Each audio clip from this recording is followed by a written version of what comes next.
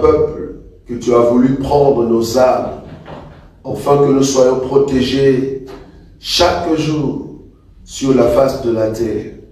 La Bible dit nos âmes, nos vies sont cachées en Christ Jésus dans le lieu céleste. Tous ceux à qui tu as accepté que ta parole y soit, pour que nos vies soient changées. Tu as transformé notre intérieur en ramenant une nouvelle identité. Nous qui autrefois nous étions abandonnés, mais aujourd'hui nous sommes un peuple choisi de toi. Laisse que ton intelligence, Seigneur, la sagesse, la compréhension de ta parole nous soit donnée. C'est lui qui nous donne la maîtrise de soi, c'est toi. Accorde-nous cela afin de saisir ce moment pour la seule gloire de ton nom. En ton nom, Jésus-Christ, que nous avons ainsi prié. Amen. Amen. Que Dieu soit loué. Amen. Veuillez vraiment excuser ma voix, vu le prière de 5h et 6h. Donc je vais essayer de parler lentement et répondre aux questions qui seront posées. Alors, je ne sais pas, par rapport à l'enseignement de dimanche, vu que c'était notre visiteur, donc l'invité qui était là, est-ce que dans ces propos, vous avez vu ou vous avez entendu quelque chose qui ne concorde pas avec la parole de Dieu et que nous voulions au fait ici bien expliquer? Il faut comprendre que quand nous avons des invités, ces invités n'ont pas toujours la vision que nous avons de l'enseignement. Ces invités n'auront pas la totalité de la connaissance que toi tu as. C'est tout à fait normal qui se pourrait, qu'ils puissent dire quelque chose et qui n'était pas juste. En tout cas, moi j'étais là, j'ai vérifié. J'étais là, j'écoutais. En tout cas, il n'y avait pas quelque chose de si grave par rapport à ces propos. Mais si par contre, vous avez entendu quelque chose lors de son enseignement, comme la Bible le dit, un peu de levain, ça peut soulever la pâte. Ça va? Donc quand nous disons levain dans la Bible, veut dire un autre enseignement. Est-ce que vous avez entendu un autre enseignement qui n'était pas juste par rapport aux propos du bien-aimé? S'il n'y en a pas, alors nous allons continuer notre enseignement de la fois passée avec vous par rapport aux questions, parce qu'aujourd'hui, vu que c'est le dernier jour, si je peux l'appeler ainsi, ou la dernière soirée de rencontre avant le dimanche, parce que le vendredi, nous ne serons pas ici. Donc, je voulais que ça soit un jour de réflexion, un jour de questions en général. Donc, on va entrer dans la généralité de tout ce que vous aimeriez poser comme question, au lieu de nous focaliser seulement sur le culte, ou soit sur la vie doctrinale, si vous avez quelque chose pour nous donner, ou soit pour nous poser comme question, mais veuillez poser cela. Voilà. Soyez libres. Et avant que vous puissiez poser la question, j'aimerais vous dire que nous, dans notre évangile, c'est le ministère qui répond aux questions. Ce n'est pas seulement le ministre, mais c'est le ministère, c'est-à-dire tous ceux qui sont aspirants ou ministres déjà, vouloir ou pas, ce sont eux qui répondent aux questions. Voilà. Est-ce que vous avez une question générale? Ça va? Une question générale qui n'a pas vraiment, par exemple, trait à l'enseignement que nous posons, mais généralement, peut-être que tu nous as suivis et tu voulais poser une question par rapport à la parole de Dieu. Oui, Laurina. Je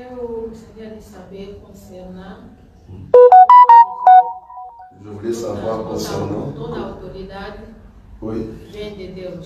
Oui, je veux savoir concernant l'écriture qui dit « toute autorité vient de Dieu ». Ça veut dire quoi, c'est ça? Si. Oui. Mais Oui, ma question é celle-ci. No tempo de Moisés, Oui, au temps de Moïse. Deus falava, ele próprio escolhia o rei Oui. e os profetas que ele próprio queria escolher. Mhm. Mas nesse nosso tempo, essa autoridade que o nosso governo tem é sempre de Deus ou vem de outro sítio? Oui, au temps de Moïse, normalement, Dieu, c'est lui qui choisissait le prophète et le roi. Donc, pour dire que c'est Dieu qui donnait cette autorité, mais de nos jours, aujourd'hui, c'est le peuple qui choisit le roi. Est-ce que nous pouvons dire que cette autorité vient de Dieu? Ça va, une très bonne question. Oui, maman. C'est assez proche de cette question-là. Oui. C'est vraiment la dimension politique, en fait. Parce que j'entends qu'il y a ce rapport qui... Enfin, je pensais, moi, que quelque part, Jésus-Christ, dans son rapport aux pauvres, aux malades, etc., était quelqu'un qui, quelque part, remettait en question cet ordre des choses. Tout comme quand il va dans le temple et qu'il détruit dit en 3 jours, parce que finalement, l'Église, c'est nous. Il y a quand même l'idée de partager, il y a l'idée que le riche aura du mal à passer, etc. Mais donc, dans quelle mesure les rapports de domination, l'esclavage est remis en question? Super, très bien. On va, normalement, la question que vous avez posée, la réponse se trouve dans l'un des enseignements que nous avons présenté, qui s'intitule L'homme et la femme. Normalement, dans cet enseignement, il y a la clé pour comprendre tout ce qui est l'esclavagisme, l'autorité, l'hiérarchie, la chefferie, tout ça. C'est là-bas que ça se trouve la réponse. Je crois que c'est 1 Corinthiens chapitre 11. On va prendre 1 Corinthiens chapitre 11. Je vais prendre cela. 1 Corinthiens chapitre 11. Béni, tu peux lire à partir du premier verset, s'il te plaît. Je lis au nom de Jésus-Christ. Amen. Soyez mes imitateurs, Oui. comme je le suis moi-même de Christ. Je vous loue de ce que vous vous souvenez de moi à tout égard et de ce que vous retenez mes instructions telles que je vous les ai données. Je veux cependant que vous sachiez que Christ est le chef de tout homme, que l'homme est le chef de la femme et que Dieu est le chef de Christ. Voilà, dans l'écriture 3, c'est là-bas qu'on a parlé sur l'hiérarchie, donc l'autorité et tout ça. Mais par rapport à la question de la sœur, je crois que c'est Romains chapitre 13, c'est ça? L'homme des dieux, mon bémbo. Ça doit être Romains chapitre 13 pour l'autorité. Oui, Béni, tu peux commencer à lire à partir du premier verset. Tu descends calmement. Voilà. Que toute personne soit soumise aux autorités supérieures, car il n'y a point d'autorité qui ne vienne de Dieu. Ah, ça c'est très bien. Reprends un peu. Recommence. Que toute personne soit soumise aux autorités supérieures, car il n'y a point d'autorité qui ne vienne de Dieu. Voilà, continue. Et les autorités qui existent ont été instituées de Dieu. Très bien, j'aime le terme institué. Très bien, j'ai beaucoup aimé ces termes-là. Ça va? Je reprends cette écriture. Que toute personne soit soumise aux autorités supérieures. On ne parle pas ici des autorités ecclésiastiques, non, rien à voir. Ici, quand on dit autorité, c'est toute personne qui est au-dessus de toi. Ça va? Mais nous avons expliqué dans l'enseignement de l'homme et la femme. Mais je vais essayer de répondre par rapport à la question de la sœur. Car il n'y a pas d'autorité qui ne vienne de Dieu. Car il n'y a point d'autorité qui ne vienne de Dieu. C'est là-bas. Parce que l'écriture noire sur le blanc, que toute autorité vient de Dieu, cette écriture-là, tu ne le verras pas. Mais c'est la pensée. La pensée, c'est ça. La pensée est que, car il n'y a point d'autorité qui ne vienne de Dieu. Donc, toute autorité vient de Dieu. Tu vois? Donc, c'est noir sur blanc. Maintenant, comment définir cette autorité? C'est là-bas que j'ai dit, ça se trouve dans l'enseignement de l'homme et la femme. Parce que l'autorité en question est relative à un lieu. Par exemple, l'autorité suprême de la Belgique n'est pas autorité suprême du Congo. On est d'accord. L'autorité de la France, c'est-à-dire la personne de Macron, ben, il n'est pas le président de l'Angola. Donc, chaque autorité dépend d'un milieu. Donc là où son autorité doit régir, doit prendre possession, c'est par rapport à un peuple spécifique et par rapport à un milieu spécifique. Ça va? Maintenant, quand on dit toute autorité vient de Dieu, c'est-à-dire quand tu vois une autorité, tu te dis, si la personne a la position élevée par rapport à moi, comment moi je veux me comporter devant cette personne? Ça peut être n'importe où. Donc la base, c'est d'abord de savoir l'enseignement sur l'homme et la femme. Quand je dis l'homme et la femme, comme vous le savez, ça n'a rien à voir avec le sexe. Rien à voir. Le terme homme dans la Bible, ce n'est pas l'homme physique, non. D'abord, le terme homme dans la Bible veut dire autorité. Le terme femme dans la Bible, la définition du mot femme veut dire celle qui est soumise. Ça va? Le terme soumission, c'est là-bas que les deux termes ont créé au fait le monde. Je vais prendre une écriture. Je suis dans le livre de Jean. Jean chapitre 1er, le premier verset, frère béni. Jean chapitre 1er, le premier verset. Au commencement était la parole. Et la parole était avec Dieu. Et la parole était Dieu. Continue. Elle était au commencement avec Dieu. Toutes choses ont été faites par elle. Et rien de ce qui a été fait n'a été fait sans elle. Genèse chapitre 1er. Genèse chapitre 1er. Verset 1er. Au commencement, Dieu créa les cieux et la terre. La terre était informe et vide. Il y avait des ténèbres à la surface de l'abîme. Et l'Esprit de Dieu se mouvait au-dessus des eaux. Matthieu chapitre 19, le verset 4. Je vais expliquer quelque chose de très important. Il répondit, n'avez-vous pas lu que le Créateur au commencement fit l'homme et la femme? Et qu'il dit, c'est pourquoi l'homme quittera son père et sa mère et s'attachera à sa femme. Et les deux deviendront une seule chair.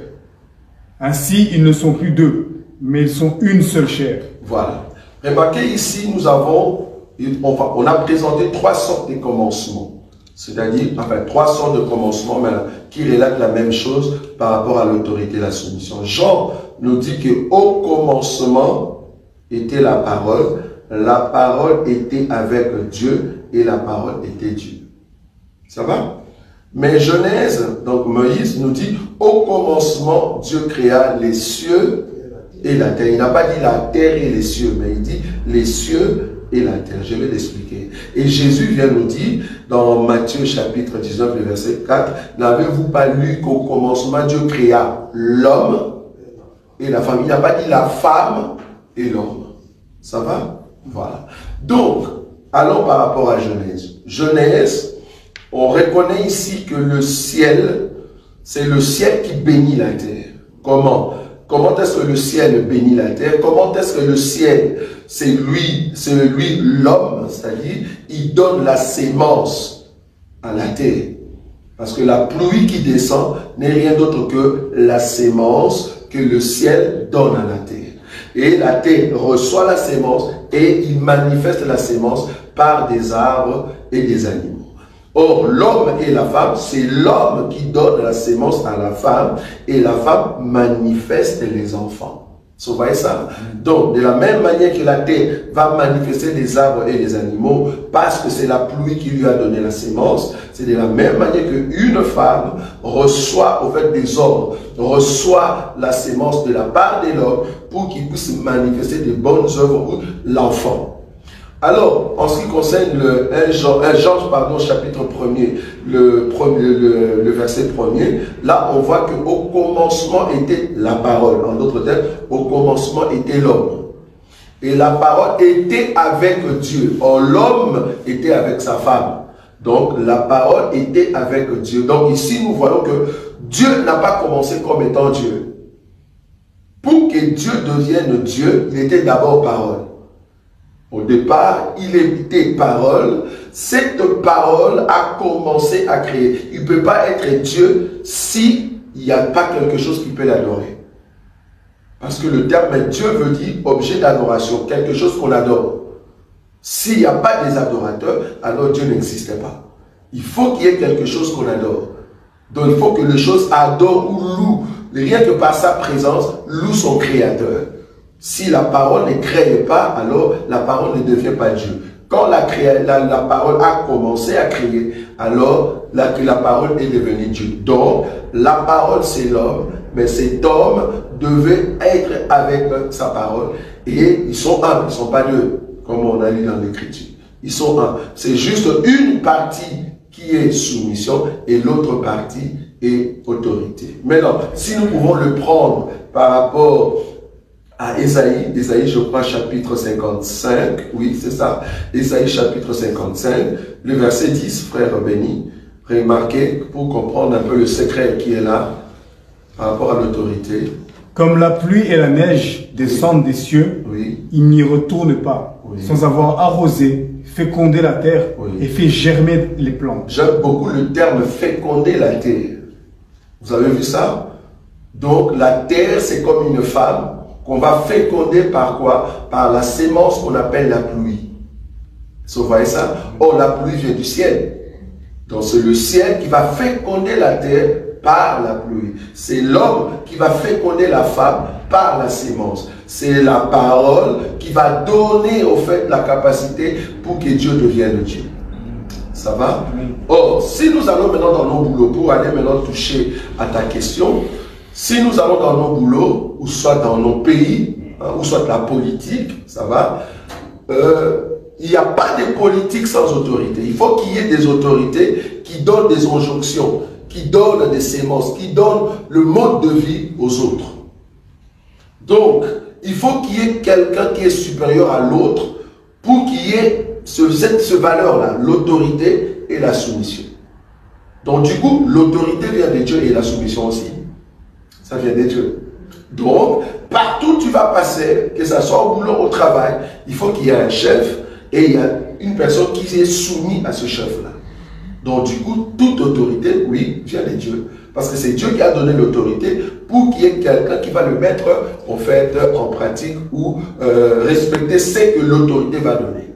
Pour terminer, Dieu lui-même, pour qu'il y ait une partie de sa faiblesse, c'est-à-dire la partie de la soumission, Dieu lui-même est devenu fils. Tu comprends ça? Dieu qui est autorité, il s'est fait fils.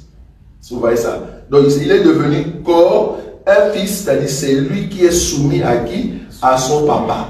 Je crois que c'est Colossiens qui nous dit ça. Parce que les enfants sont dans la position du terme, du concept femme, et les parents sont dans les concepts homme. Donc du coup, l'autorité des parents vient de Dieu. Pour que les enfants s'y soumettent. Tu vois?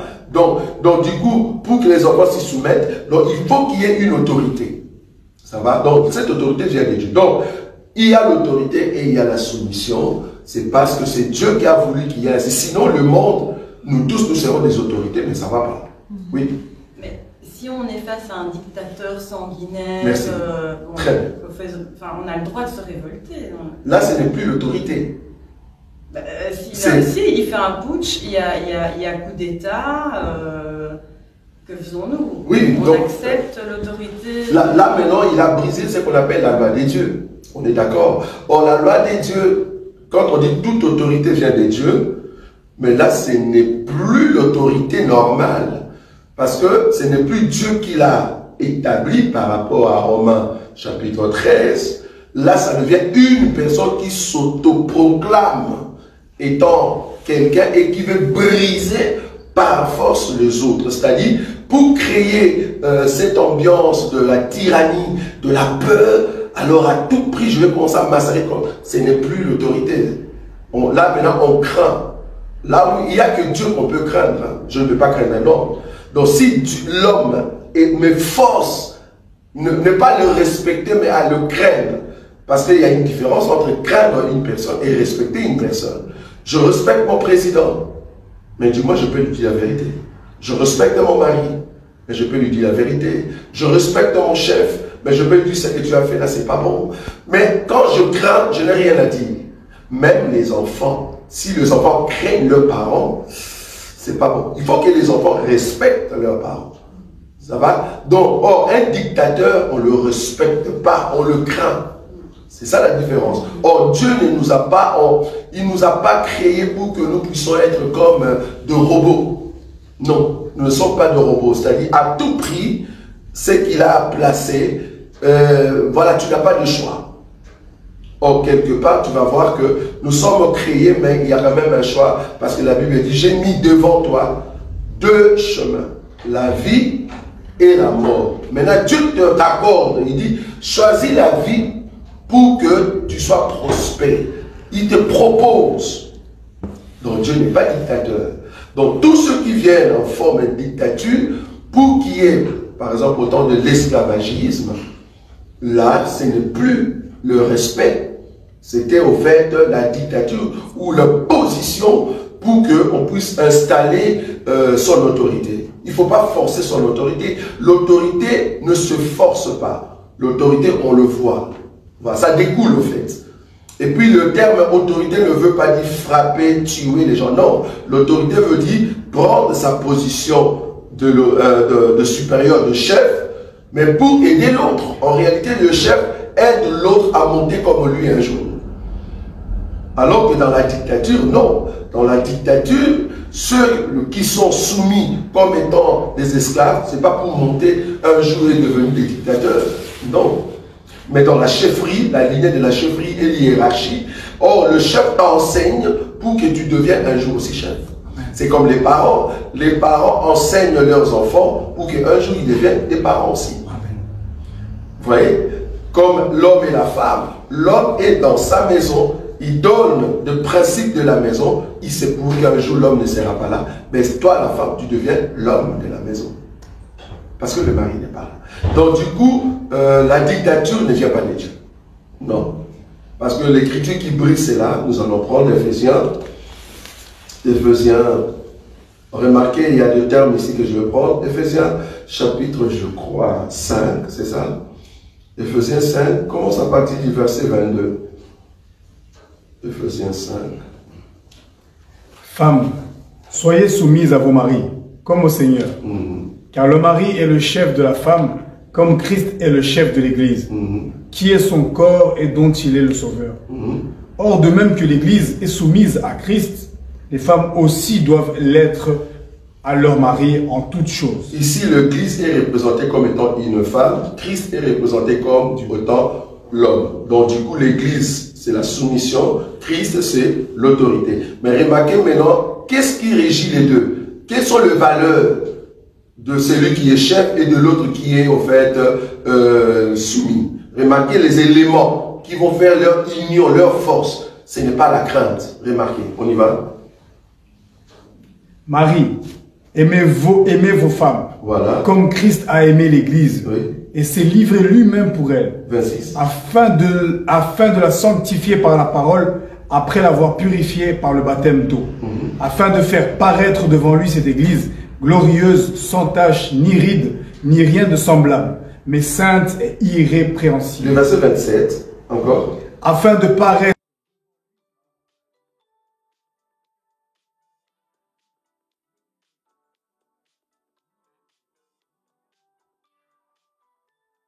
irrépréhensible. Donc ici, dans cette écriture, on voit que le mari, le chef, l'autorité, les buts ici, ce n'est pas de maltraiter l'autre. Non, au contraire. Tu vois, qu'est-ce qu'il veut faire? Il veut faire paraître cette personne qui est soumise, cette femme. Qu'est-ce qu'il veut faire? Il veut faire paraître cette personne comme étant une personne glorieuse. Or, un esclave, non. Un esclave, en tout cas, de nos jours, hein, parce que l'esclavagisme du temps de Moïse, c'est pas la même chose. On est d'accord. Quand même, l'esclavagisme du temps de Moïse était régi par la loi divine.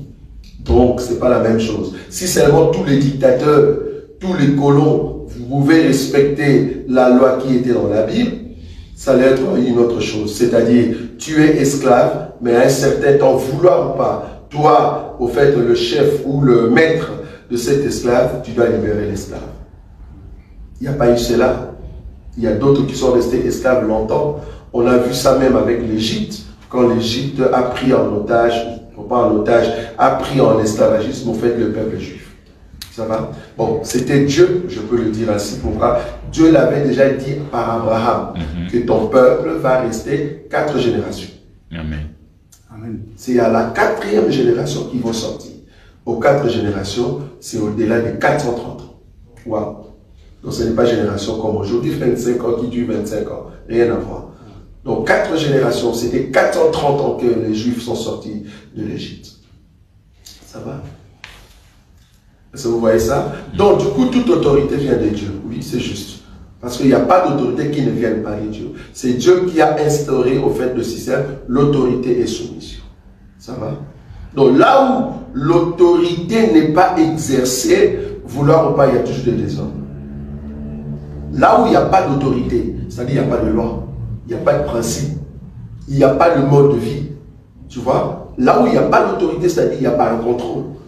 Si aujourd'hui nous pouvons venir avec notre voiture et puis il y a le feu, boum, tu dois t'arrêter, c'est parce qu'il y a quelqu'un qui est comme autorité qui te dit, ben, au lieu de rouler n'importe comment, il y aura des accidents. Donc il est fait pour notre bien. Tu vois? Il est fait pour notre bien. Au lieu de rouler n'importe comment, ben écoute, il y a le feu. Donc du coup, quand tu vois un feu rouge, arrête-toi. Si tu brûles le feu, c'est là-bas que l'autorité vient pour corriger. On continue dans Romains. Oui, Romains 13, qu'on a lu tout à l'heure, commence maintenant le verset de la punition, hein, là où l'autorité vient punir. Le verset 4, remarquez. Le magistrat est serviteur de Dieu pour ton bien. Voilà, tu as vu ça? Le magistrat est serviteur de Dieu pour ton bien. Alors qu'un dictateur, non. Tu vois? Ici, le magistrat est pour ton donc, est là pour ton bien. C'est ce qu'on a lu aussi dans Éphésiens. L'homme doit normalement amener sa femme comme Christ amène l'Église à la gloire. Donc, le magistrat, la loi qu'il va mettre en place, c'est pour ton bien. Parce que demain, toi aussi, tu peux être magistrat. Comment tu dois maintenant conduire au fait le pays? Ça va continuer. Mais si tu fais le mal, crains, car ce n'est pas en vain qu'il porte l'épée, étant serviteur de Dieu pour exercer la vengeance et punir celui qui fait le mal. Voilà. Ça va? Donc là, on voit directement au fait que, d'ailleurs c'est bien, pour avoir l'autorité quelque part, s'il n'y a pas d'autorité, je te dis, il y aura des désordres terribles. Que ce soit à l'église, que ce soit à la maison, si les enfants sont, voilà, ils sont gâtés à fond, il n'y a même pas de contrôle, c'est là-bas que les enfants peuvent même oser, hein, d'autres enfants, gifler leur maman ou gifler leur papa. C'est parce qu'au départ, il n'y a pas eu de loi stricte qui ferait que les enfants doivent respecter le principe de la maison. Là où il n'y a pas d'autorité, mais ça ne va pas. Ça va pas. Il faut qu'il y ait autorité et soumission. Ça va. Encore une question générale. On est dans le oui, papa. Oui. Moi, c'est dans le même sens que la question qui a été posée par la sœur, mais c'est un peu similaire. Oui. Mais admettons, dans un pays, on prescrit une loi, mais cette dernière n'est pas vraiment compatible à la loi divine. C'est-à-dire, elle va à l'encontre de la parole de Dieu. Alors, faut-il se soumettre à cette loi parce que c'est une autorité qui a prescrit la loi? C'est ce que je voulais que vous mettiez en... Voilà. Donc là, du coup, donc, je suis chrétien. Donc, je suis chrétien. Je suis face à une loi, mais qui contraint en fait la loi divine. Ça va? Je crois que lors de notre enseignement sur l'homme et la femme, on avait touché une écriture. C'était 1 Corinthiens chapitre 7. Je vous donne toujours. Hein. C'est déjà un enseignement qui se trouve sur... et toutes les questions que vous posez, on a déjà répondu là-bas. Donc 1 Corinthiens chapitre 7. 1 Corinthiens chapitre 7. 1 Corinthiens chapitre 7. Alors,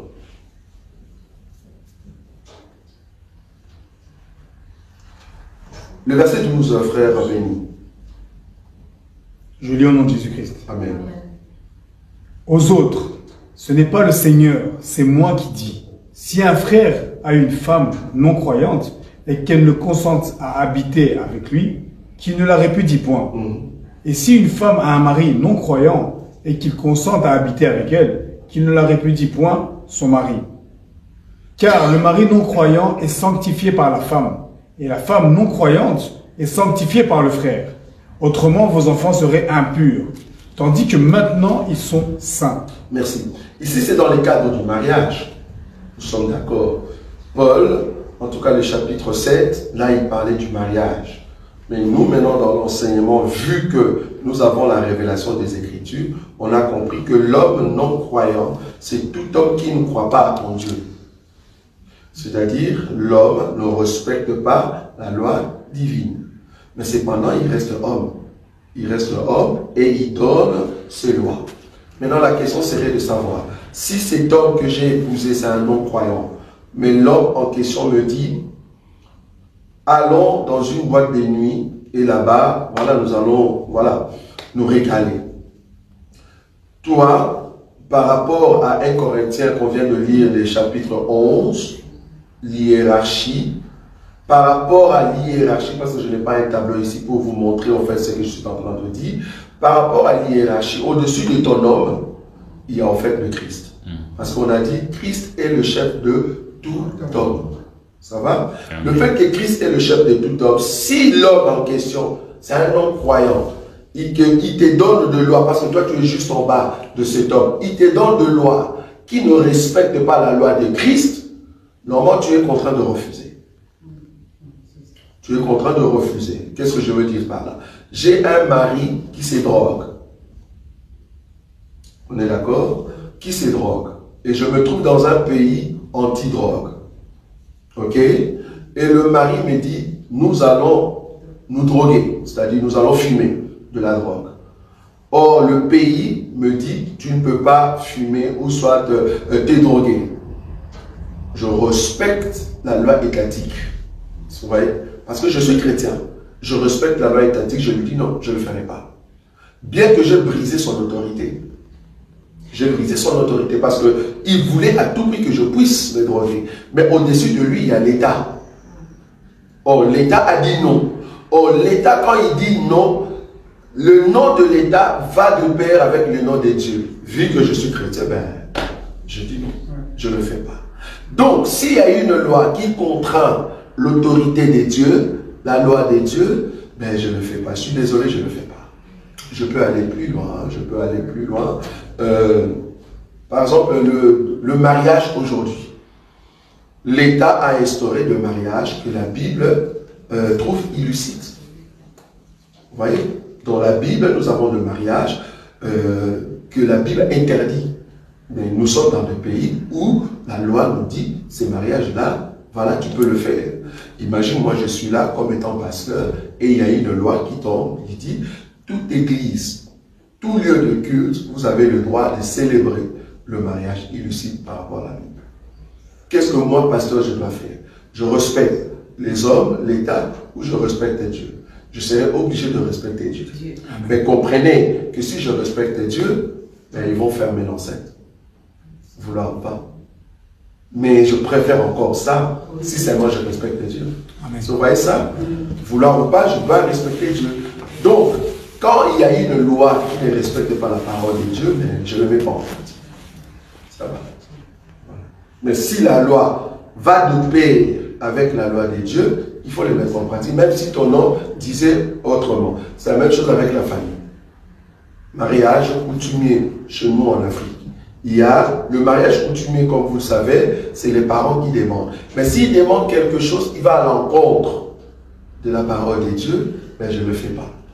C'est-à-dire, comment on dit, bouc, c'est ça, bouc et chèvre, ils amènent-nous un bouc et amènent-nous une chèvre, et puis devant tout le monde, les parents de la femme disent, bon, le bouc, ça te représente toi, les frères, et la chèvre, ça représente toi, la sœur, et quand vous nous avez donné cela, nous allons couper leur tête et manger. Frère, je n'achète pas.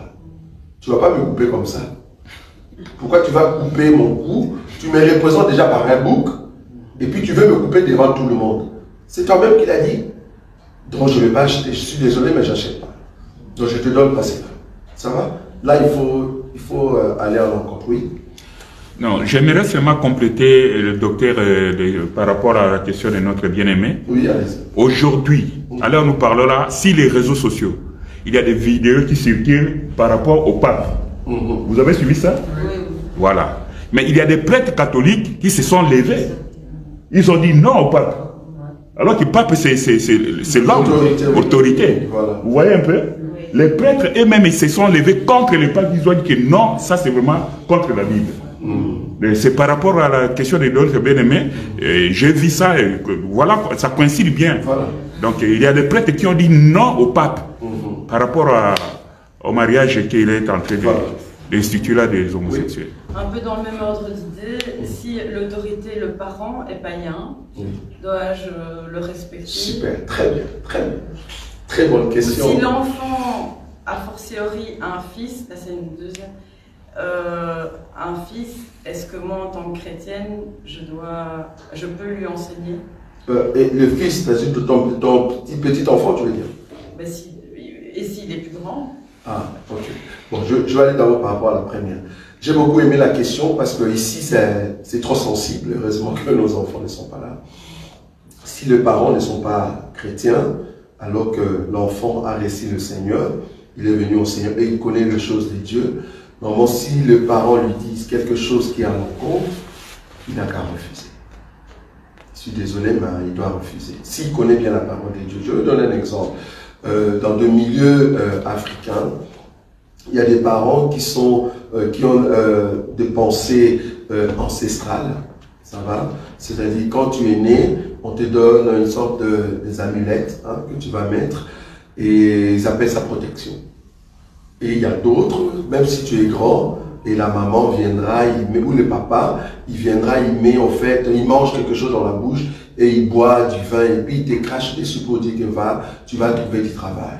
C'est ancestral, c'est une loi un peu culturelle dans leur village. Mais moi, je ne suis plus dans ces choses-là parce que je suis en Christ et Jésus. Ce n'est pas toi, avec le fait que tu vas cracher dessus, qui va me bénir. Moi, je suis sûr que c'est Dieu qui me bénit maintenant. Donc, je n'ai plus besoin de ce que tu fais. Donc, du coup, je refuse cette pratique-là. Tu vois un peu? Donc là, du coup, vouloir ou pas, tu as le droit de refuser. C'est la même chose. Et comment continuer à respecter le commandement qui demande d'honorer ses parents? Oui, merci. Oh, très bien. Donc, ici, le commandement de honorer, le terme honorer ne veut pas dire craindre, hein, on est d'accord. Honorer ici, c'est-à-dire donner la valeur aux parents, la valeur qu'il faut. Je vais toujours continuer à leur donner la valeur qu'il faut. C'est la même chose avec l'homme, c'est la même chose avec mon chef. Donc, je vais continuer. Quand on dit honorer le parent, il faut honorer aussi son chef. Donc, honorer aussi son autorité. Mais du coup, là où il y a une parole qui va m'amener à contrarier la parole de Dieu, ben je ne le fais pas. Donc, mais je continue toujours à t'honorer. C'est-à-dire, je t'aime beaucoup. Ah, voilà, il y a une écriture qui vient. Merci. Je vais prendre une écriture. Daniel.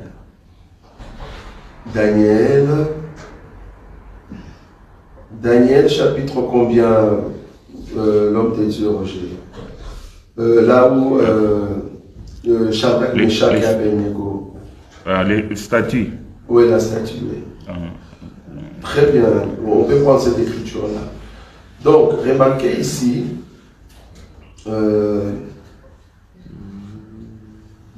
donc je prends Daniel, chapitre, la statue, hein.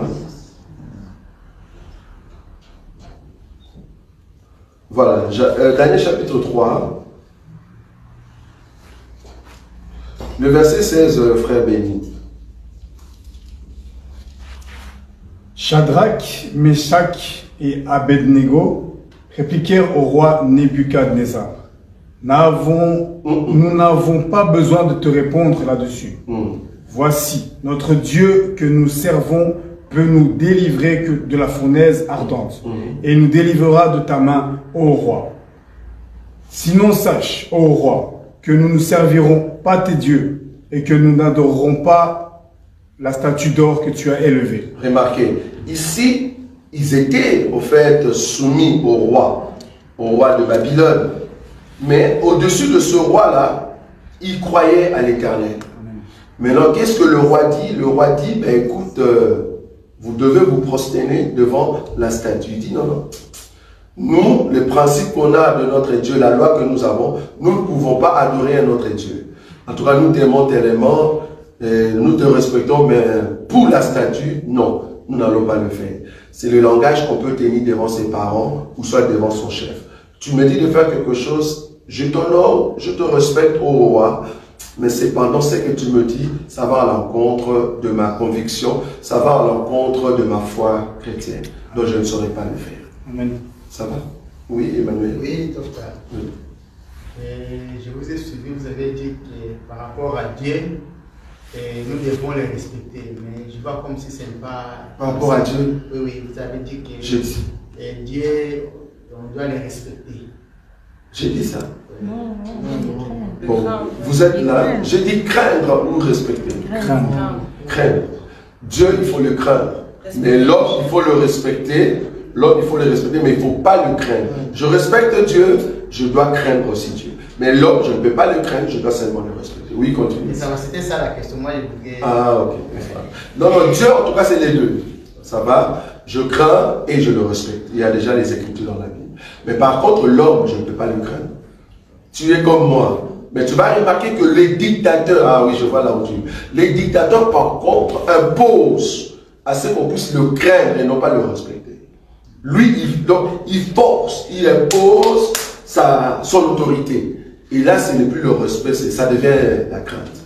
Au cas là où il y a la crainte, ben, la personne n'aura pas, au fait, comme modèle son dictateur ou la personne qui va le fouetter tous les jours. Mais par contre, l'écriture de Ephésiens chapitre 5 nous dit que Christ a aimé l'Église et veut amener l'Église à la gloire. Alors qu'un dictateur, non. Tu vois la différence? Donc là, du coup, ça change.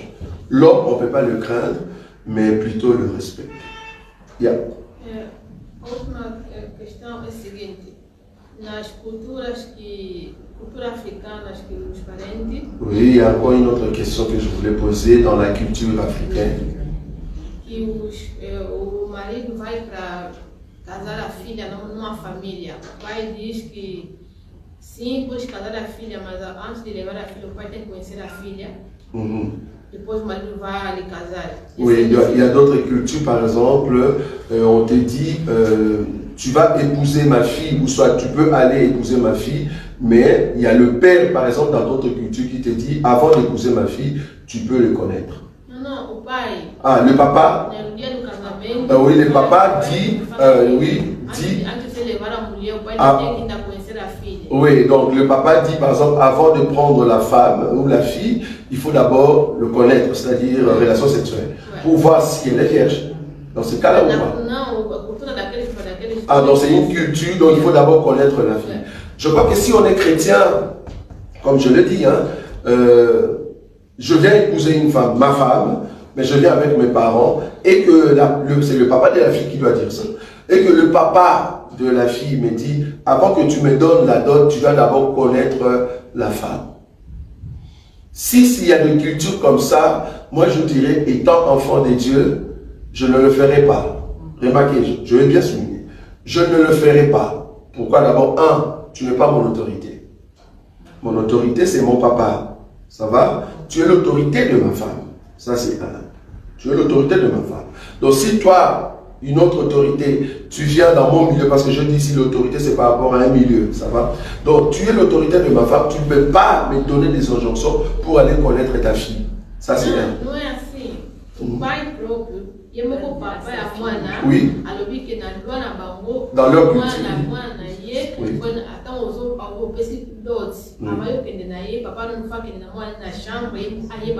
Ah, le père dit à sa fille, mais c'est vrai, c'est une vieille tradition où la fille devait aller dans la tente, la cabane, la hutte ou je sais pas quoi. Oui. Et donc il se teste et si elle est d'accord. Non, même pas tester, c'est le père qui va tester. Oui, mais là c'est. Ah, oui, ça c'est grave, c'est pire encore. Ça c'est pire encore. Comme le pasteur dont vous parliez, là, avec il y a des cultures comme ça. Il y a des cultures comme ça. Non. Mais là c'est encore pire. Non, ça passe pas. Même moi, je ne veux plus prendre la femme. Je suis désolé, mais reste avec ta fille. Moi. Et le père, c'est comment? Ça va pas, ça va pas. Maintenant, je dois connaître quand même votre culture avant, messieurs. Parce que je viens épouser votre fille. Moi, je ne connaissais pas cette culture. Je donne mon argent et puis tu me dis, je suis désolé, mais dans notre culture, comme tu as donné l'argent, moi-même, le père, je dois connaître ma fille. Et je ne vais pas accepter. Si je suis un païen, mais il y aura des combats terribles. Mais attendez, soyons sérieux. Tu ne veux pas connaître ma femme. Mais non, ça ne va pas. Il y a l'écriture comme ça, c'est vrai. Oui. Où ça? Angola, quelques provinces. Oh là là. En Afrique du Sud aussi, parfois, les grands frères appellent les amis. C'est vrai. Avant que la soeur puisse aller au mariage. Non. Mais c'est vraiment de culture diabolique alors. Non, ça va pas. Franchement, sois là-haut. Je viens d'épouser ma femme. Je donnais ma dot. Et ma femme est vierge. Donc c'est les frères de ma femme quoi, qui va. Mais sois sérieux, ça va pas. Ou soit le père. Non, ça va pas. Je ne vais pas l'épouser, on ne va pas épouser une fille comme ça. Je suis désolé, mais je ne vais pas l'épouser. Ou je préfère encore que vous restiez avec votre argent, mais je pars. Non, je ne veux pas. Je ne veux pas. C'est satanique, ça. C'est démonico, satanico. Non, c'est pas bon ça. Non, c'est horrible, c'est horrible. Et je crois qu'une culture comme ça, vouloir ou pas, si l'État est vraiment strict, il doit normalement arrêter cette pratique-là. C'est pas bon. C'est pas bon. Oui. Moi, je ne pense pas que ce soit pire que l'homosexualité. Oui, je suis d'accord. L'homosexualité, c'est l'extrême, je pense. Oui, mais du moins l'homosexualité, je viens dire du moins, c'est pas que je soutiens, je viens dire du moins l'homosexualité, c'est deux personnes qui n'ont pas le même sang. C'est-à-dire, l'autre vient d'une autre famille et puis ils font leurs bêtises. Mais là, c'est le frère, c'est le sang, le père, ta fille que tu as engendré. L'inceste. Ça, c'est. Mais déjà, la Bible te dit c'est l'inceste. C'est un tabou, ça. La Bible l'appelle tabou. C'est horrible. Ça. Non, ça ne peut pas. Tu vois? Donc, ça ne peut pas passer. Ça ne peut pas. Ça va? Donc, ça ne peut pas. C'est vraiment horrible de voir qu'il y a des cultures. De nos jours, hein, c'est horrible de voir qu'il y a encore des cultures comme ça au milieu des Africains. Non, c'est. Même les filles qui sont nées là-bas, je crois que si vraiment elle est sincère, je crois que si elle accepte le Seigneur, elle va fuir déjà le milieu de ses parents donc pour aller à l'église. Oui. Donc, je ne sais pas si vous avez déjà parlé sur ça concernant Noël. Ah non, on ne m'a pas posé cette question. Saint-Nicolas, est-ce qu'il est chrétien? Oui. Nous devons respecter ça. Bon, moi je me suis dit, bon peut-être que vous connaissez déjà, parce que j'avais dit le question en général. Hein. Bon, merci beaucoup parce que tu as évoqué cela. Et qu'est-ce que vous avez comme réponse? Est-ce que nous pouvons fêter Noël? Non. Pourquoi? Pardon? Il n'y a pas une écriture qui soutient cela. Est-ce que Jésus est né le 25? Non. C'est pas possible, non? Il ne peut pas être né ce jour-là. Est-ce que vous savez pourquoi ils ont mis la date du 25? Historiquement, oui. Le solstice et le renouveau des jours qui s'allongent. Pardon? Tu as dit comment? Mais chez nous, si on voit les anciennes traditions oui. celtiques et autres, avec le sapin, etc., oui. c'est Yulé, etc., c'est la fête du renouveau du jour, même voilà. si on est en hiver. Soleil, voilà.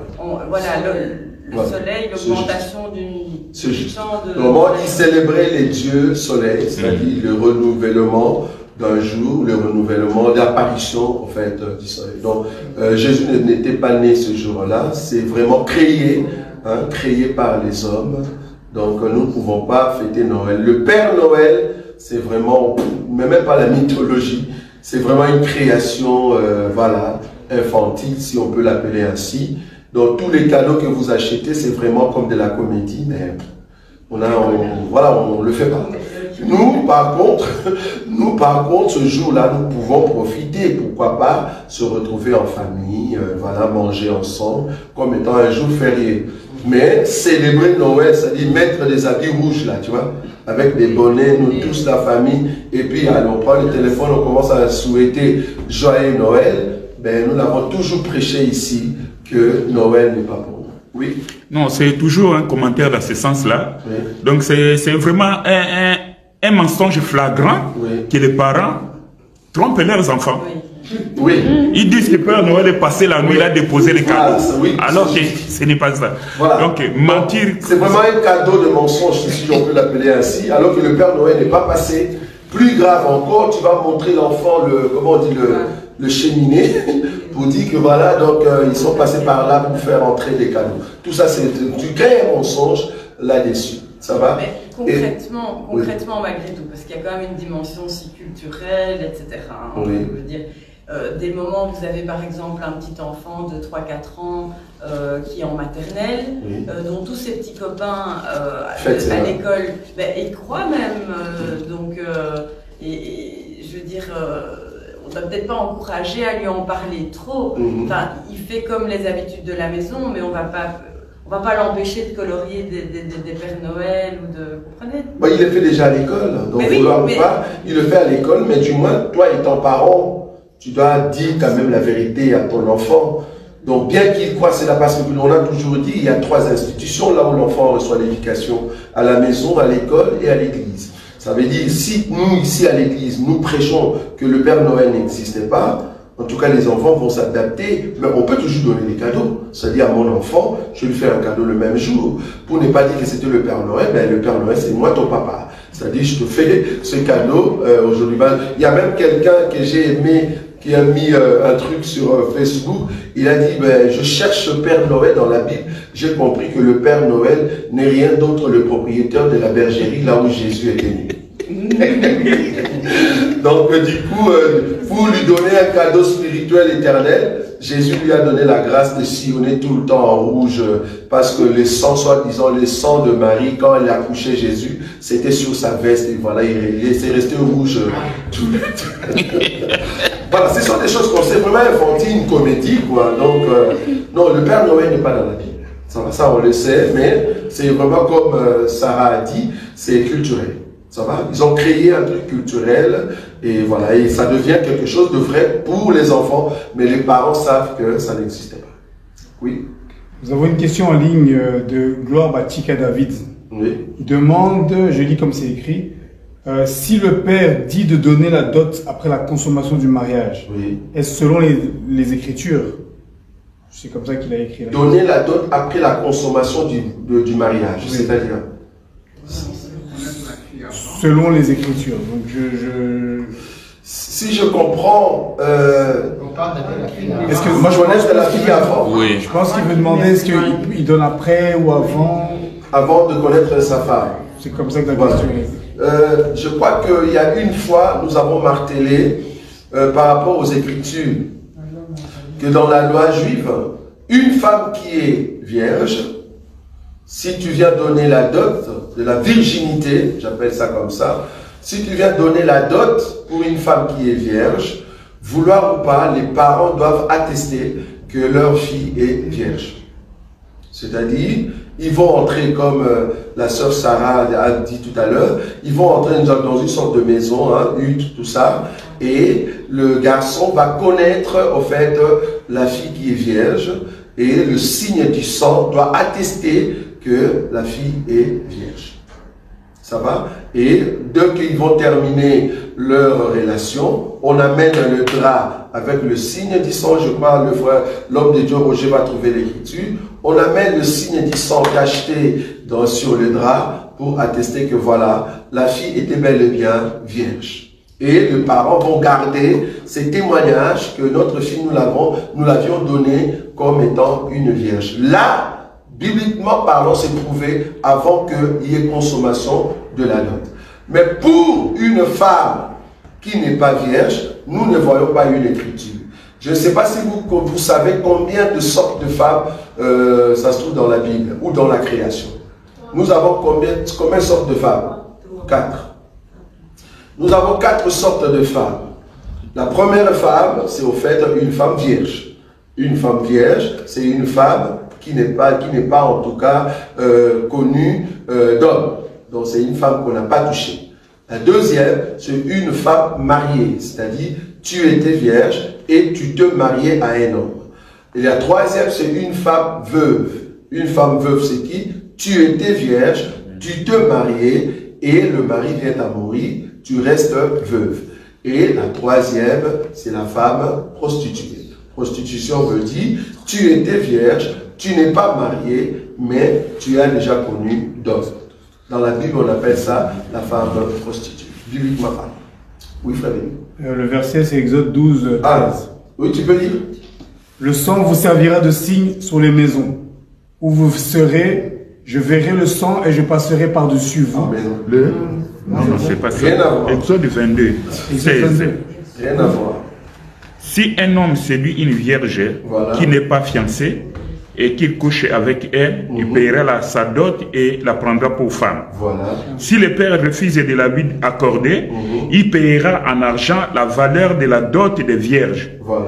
Si tu ne laisseras point vivre la magicienne, bon, ça c'est déjà autre chose. Oui, mais il y a encore une écriture où c'était une femme qui avait le témoignage du sang sur le drap. Vous savez, il y avait un témoignage Un père, de linge. Oui, le père a fait sortir le linge comme étant témoignage qu'il y avait le sang sur le linge du jour de la relation quoi, en question. Oui.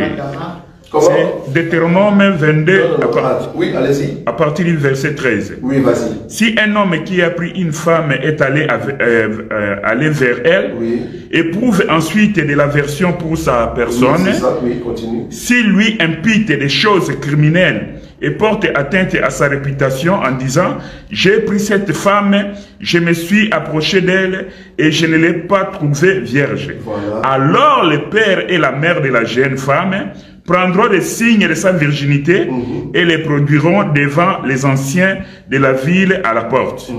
Le père de la jeune femme dira aux anciens, j'ai donné ma fille pour femme à cet homme et il l'a prise en aversion.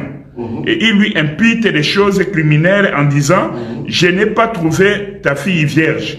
Or, voici les signes de virginité de ma fille. Et ils déploieront son vêtement devant les anciens de la ville. Voilà. Donc du coup ici, nous voyons le signe de la virginité. Donc là, vouloir ou pas, il faut qu'il y ait ce signe-là. En tout cas dans la loi mosaïque, quand une femme est vierge, il faut qu'il y ait ces témoignages-là. Sinon, tu peux entrer dans les mariages, on commence à t'insulter. Des choses abominables que je t'ai reçues, tu n'étais pas vierge. Tu vois? Alors pour éviter cela, il faut qu'il y ait un témoignage que les parents vont rester avec. Bon, on peut l'appeler ici que c'est culturel, hein, c'est toujours culturel, c'est dans la culture juive. Mais aujourd'hui, nous, en tout cas dans notre génération, c'est pas ce qu'on met en pratique, même dans nos milieux chrétiens. C'est pas ce qu'on met en pratique. Pourquoi? Parce que nous nous sommes dit, une sœur en Christ, un frère en Christ, vouloir ou pas le fait que tu es venu en Jésus, nous te considérons comme une personne lavée de tes péchés. C'est-à-dire, tout ce que tu avais fait avant, nous te considérons comme étant pur, c'est-à-dire vierge. Par ailleurs, la science a prouvé que toutes les femmes ne saignent pas. Comment? Ah, ne saigne pas. Oui. Alors là, pas le cas de toutes les femmes. Ne saigne pas le premier jour, tu veux dire. Oui, c'est pas forcément, c'est pas automatique. Aussi vierge qu'elle soit, ce n'est pas toujours... là, ça sera maintenant des cas spécifiques. C'est-à-dire, dans les cas spécifiques aussi, il y en a, donc je suis d'accord. Mais je crois qu'il y aura toujours un élément qui prouve que cette femme était vierge. Donc, je ne sais pas. Comment savoir que j'ai épousé une vierge? Il faut qu'il y ait quand même quelque chose. Comment je le saurais? Gynécologue. Comment? Gynécologue, mais non. Oui, allez. Ces derniers temps, comme la sœur Sarah l'a dit, beaucoup de femmes, parfois nos jeunes filles, nos filles, les jeux des exercices qu'elles font, elles peuvent être dégagées sans toutefois. Ah, mais c'est même pas qu'une question de cette masturbée précédemment. Non, c'est une question physiologique de la forme de l'hymen par rapport, etc. Et elle peut déjà être vierge.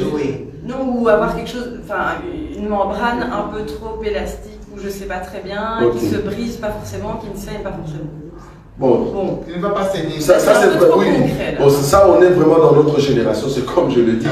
Donc, ici, nous étant chrétiens, comme je le dis, cette pratique-là, cette culture-là, nous ne la mettons pas en pratique parce que c'était une culture juive.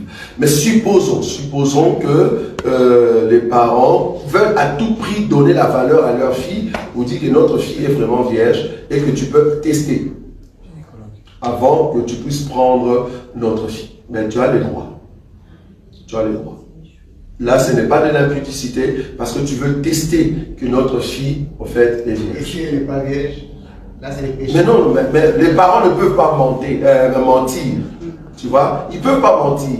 C'est-à-dire, elle n'est pas vierge et puis tu me dis d'aller tester, ça ne va pas. Si elle n'est pas vierge, mais ils ne vont pas te dire d'aller tester, non. Tu payes ta dot comme ça. Bon, aujourd'hui, il n'y en a pas en tout cas. Hein. J'aimerais quand même être sincère avec vous. Même si tu épouses une vierge, on ne va pas te dire, c'est vraiment vierge, alors va tester. Non, il n'y a pas. Tu donnes seulement ta dot et puis c'est bon. Mais parce que s'il refuse et qu'elle tombe enceinte et que... Qu'est-ce qui se passe alors? Bon, non, il n'y a pas de refus à ce moment-là. Non, à ce moment-là, il n'y a pas de refus. En fait, c'est vraiment le jour du mariage. C'est vraiment le jour du mariage quand on vient donner la dot.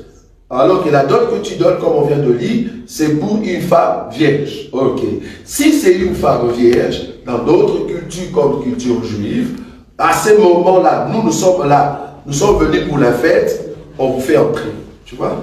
Donc tu ne peux pas dire je refuse, non, c'est pas possible. Tu es venu pour la prendre. C'est juste pour approuver, donner l'honneur à la femme et aux parents pour dire ils ont bien éduqué leur fille.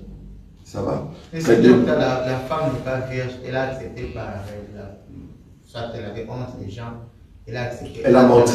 Elle a menti. Elle a menti. C'est pas bon. Donc c'est un mariage fondé sur le mensonge. Et l'homme couche avec la femme et la femme tombe enceinte. À ce moment-là, qu'est-ce que... Mais elle a menti toi-même, tu l'as dit. Donc c'est-à-dire le mariage est fondé par un mensonge. L'enfant. Quel enfant? Le fruit de la relation avec l'homme. Attends, je ne sais pas bien. C'est-à-dire, la femme, oui. Oui, oui. Elle avait menti. Oui. Qu'elle est vierge. Qu'elle est vierge. Oui. Elles sont parties là-bas. Oui. Et en couchant avec l'homme, oui. La femme est tombée enceinte. Oui. En ce moment-là. Alors qu'elle n'est pas vierge. Donc l'homme en ressortant, l'homme dit je ne vais pas l'épouser parce qu'elle n'est pas vierge. Alors que la femme reste avec un enfant. Oui. Bon, ce sont des cas spécifiques. Donc là, est-ce qu'on va maintenant poser à l'homme? Bon, c'est vrai que la fille que tu as vue, elle n'est pas vierge, parce que nous, on croyait qu'elle était vierge. Mais du moins, tu as vu, comme on dit, tu as essayé, qu'est-ce que tu en dis? Si l'homme dit, ben, je ne veux pas continuer parce que le mariage est fondé sur un mensonge, ben, vouloir ou pas, l'enfant reste l'enfant de l'homme et la femme, mais il n'y a pas mariage. On n'a pas le choix. On n'a pas le choix, parce que le mariage est fondé sur un mensonge. Ça va? Oui. Oui. Oui, allez-y, Roger. Non, c'est toujours des commentaires pour répondre à cette question des bien-aimés. La question de la virginité, comme le docteur venait de dire, c'était vraiment dans la culture juive. Bon, vous allez voir que dans le mariage de Jacob avec Léa et Rachel, donc tout le monde était au courant, on donne à Jacob la femme. Il va passer la nuit avec. Et le matin, c'est maintenant qu'on peut récupérer les témoignages de la virginité. Et la preuve aussi, il y en a que c'est après le mariage, et après avoir donné la dot. Voilà. Vous comprenez très bien. Voilà. C'est peut-être pas avant. Et vous allez encore comprendre que Dina, la fille de Jacob. Donc, je crois dans Genèse 34, quand vous lisez l'histoire, vous allez voir que la fille était vierge. Mais en sortant, bon, il y a un prince qui s'est abusé d'elle.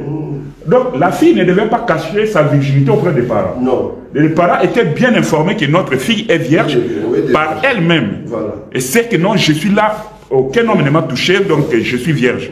Voilà pourquoi la fille, quand on l'a violée, elle est venue dire ça à ses parents.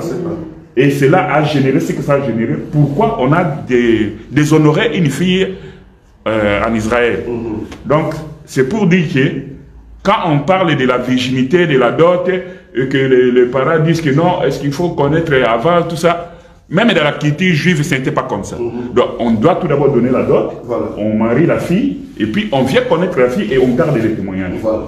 Donc, en tout cas, de nos jours, le problème est que nos jeunes filles, quand elles font ça, elles ne viennent pas dire aux parents. C'est ça le problème. En d'autres termes, c'est une prostitution sans le savoir. C'est ça le problème. Mais du temps de Moïse, si une fille est deviergée et que tu n'as pas dit, tu es vu comme abominable en lecture. Tu vois? Donc tu ne peux pas.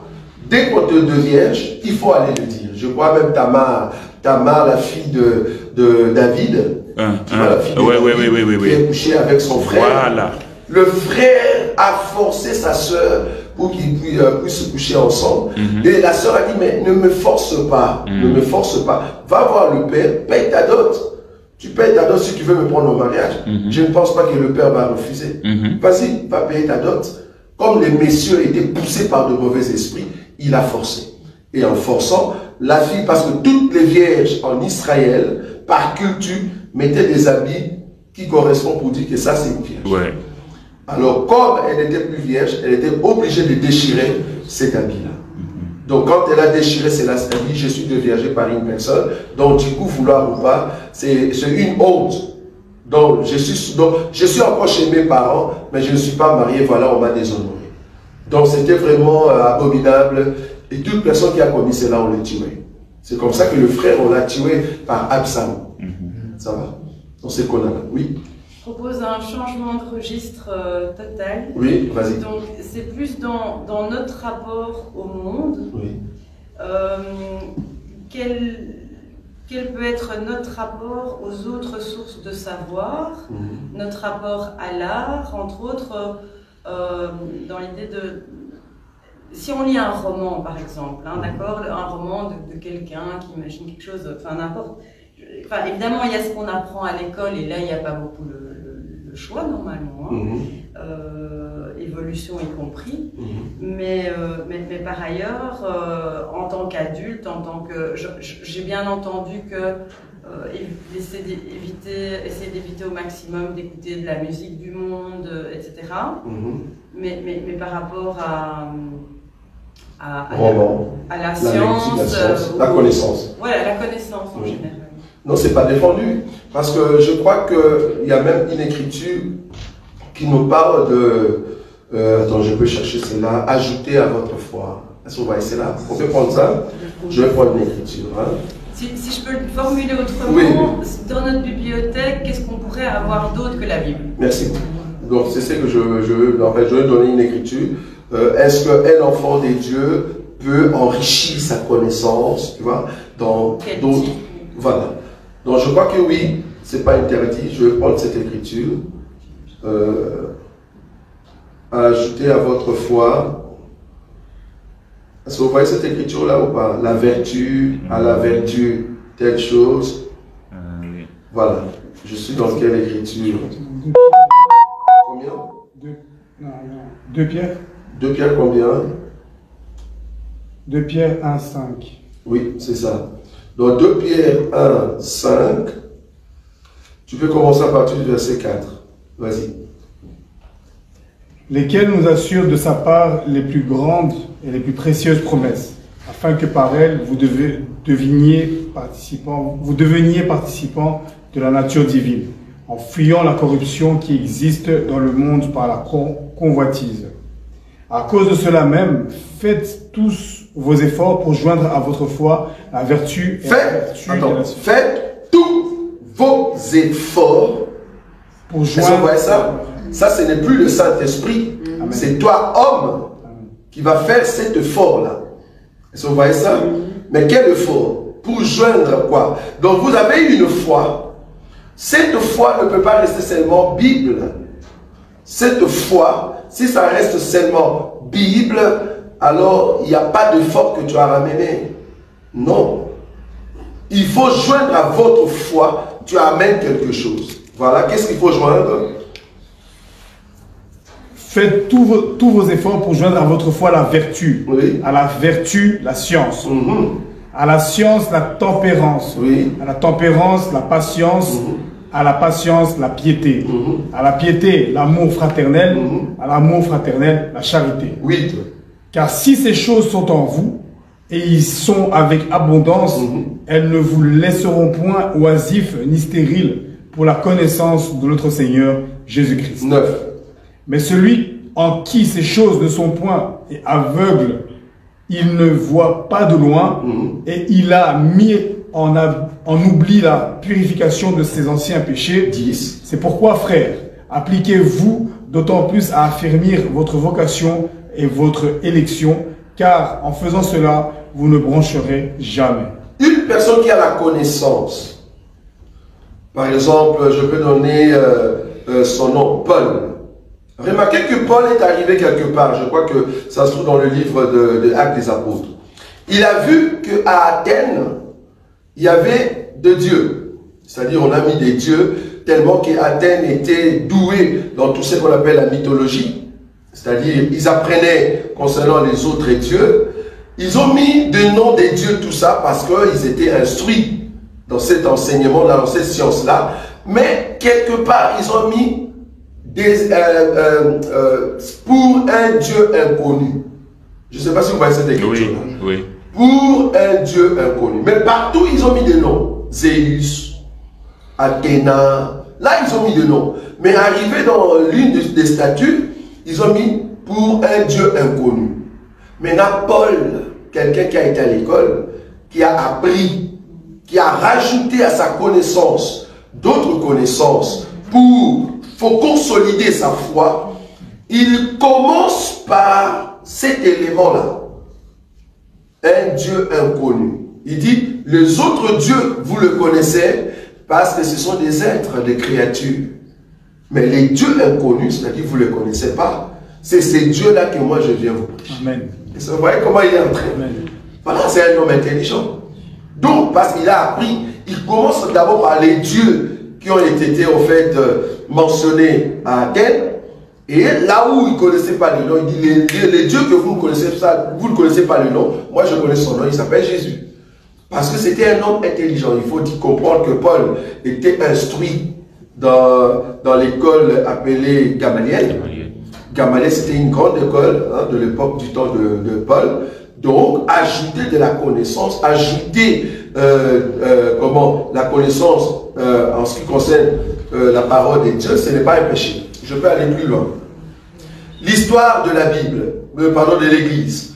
Tu ne verras pas l'histoire de l'Église dans la Bible. Non. Tu ne le verras pas. Tu ne verras pas l'histoire de l'Église dans la Bible. Pour avoir l'histoire de l'Église, il faut aller étudier. Tu ne verras pas dans la Bible là où on dit par exemple que la quantité d'eau qui se trouve dans le corps de l'homme. En tout cas dans la Bible on ne l'a pas mentionné. Je peux encore comprendre peut-être dans le Coran. Parce que dans le Coran il y a encore d'autres éléments. La gestation astronomique. Voilà, est-ce que vous voyez? Parce que dans le Coran il y a encore d'autres. Je suis quand même contre pour des enfants des dieux, ceux qui se disent chrétiens et qui ont peur de lire le Coran. Moi je suis contre. Parce que je crois que si tu veux avoir la connaissance, de bien comprendre les choses de Dieu, tu dois avoir du bagage pour bien saisir la pensée. Sinon tu ne comprendras pas. C'est comme on a posé la question à un pasteur, on lui a dit, pasteur, quand la Bible parle de Caïn, la Bible dit que Caïn est parti et Caïn connut sa femme. Alors que la Bible nous dit qu'il y avait Caïn et Abel. Vous voyez? Comment est-ce que Caïn va connaître encore sa femme? Il n'y avait pas de femme à part Ève. Tu vois? Si tu n'as pas la connaissance, ben voilà, tu tombes. Tu ne sais pas où s'est trouvée la femme de Caïn. Si tu n'as pas l'histoire, tu ne comprends pas au fait. On parle de quelle période? Tu ne sauras pas. Deuxième chose pour terminer, laisser la place au truc. Quand on dit Homo sapiens, qu'est-ce que vous comprenez par Homo sapiens? Ça c'est l'histoire. On a vu ça à l'école. Quand on dit Homo sapiens par rapport à la Bible. Parce qu'il faut comprendre qu'avant Homo sapiens, tout ce qui existait, c'était des animaux. Ce n'était pas encore homme. Bien qu'on les appelait Homo tel, mais c'était encore des animaux. Vu que selon la science, il y a une évolution. Mais nous, dans la Bible, nous disons homme. Pour homme, il n'y a pas une évolution. L'homme est devenu homme parce qu'il a reçu la visitation.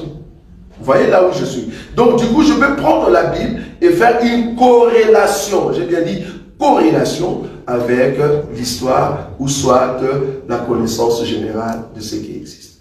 Maintenant, il te faut maintenant cette connaissance-là. Ça va? Sinon, tu vas commencer à dire des choses que tu ignores en fait, que tu ne comprends pas trop bien. Ça va? Oui? Encore une question? Il n'y a plus de questions? Oui, Emmanuel? Je sais que tu as une question. Oui, vas-y. Non? Tu n'as plus de questions? En tout cas, j'ai bien dit ici, c'est général, parce qu'aujourd'hui, c'est en fait la dernière soirée pour cette année 2023. La dernière soirée, quand nous allons venir, ça ne sera pas des questions-réponses, ça sera vraiment les dimanches. Donc c'est aujourd'hui la dernière soirée pour cette année 2023. Vous avez une question en ligne? Oui, vas-y, Benny. J'en ai deux. Il y en a une, notre sœur Doriane, qui demande pourquoi la virginité de la femme est-elle plus importante que celle de l'homme. Et puis on a une deuxième de frère Ghislain Binouater. Y a-t-il un âge adéquat qu'un homme et une femme devraient-ils se marier? Je commence par la question de Ghislain. Non, il n'y a pas d'âge. Je crois qu'on a toujours dit que c'est d'abord la maturité. Or, la maturité attire la responsabilité. Quand quelqu'un est mature et que tu deviens responsable, c'est là-bas que tu peux te marier. Je crois, pour éviter cela, je crois 1 Corinthiens chapitre 7, là où Paul nous parle de ne pas brûler. Tu vois cette écriture-là? 1 Corinthiens chapitre 7. Je prends quelle écriture? Là où on parle de ne pas brûler. C'est pas la... Non, attends. Mieux vaut de se marier au lieu de brûler, tu vois? Alors, comment? Ah oui, c'est le 9. 9, allez-y.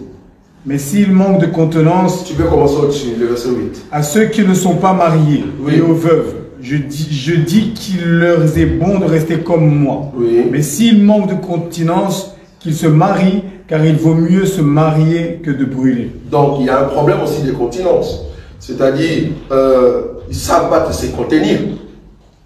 Si à un âge, tu vois vraiment que tu commences à brûler à fond et que tu es responsable, eh bien, va te marier. Va te marier. Au lieu de rester tout le temps à 2h, 3h du matin derrière TikTok, ça ne va pas t'aider, bien aimé. Ça ne va pas t'aider. Je crois que là, voilà, tu as besoin de chercher une femme et de te marier. Donc, il n'y a pas d'âge. C'est juste, comme je dis ici, la responsabilité, la maturité de la personne. Il y a d'autres personnes qui ont par exemple 45 ans mais qui ne sont pas matures.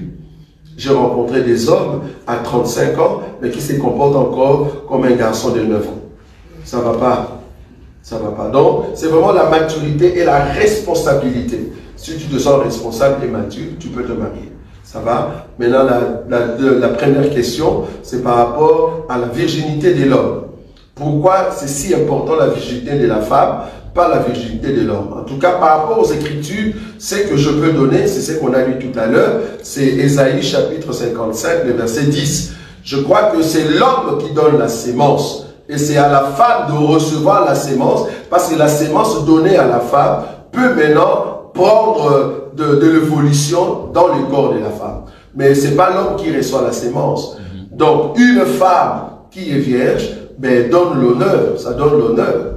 Ça donne l'honneur à cette femme-là, parce que tu ne connais point d'homme.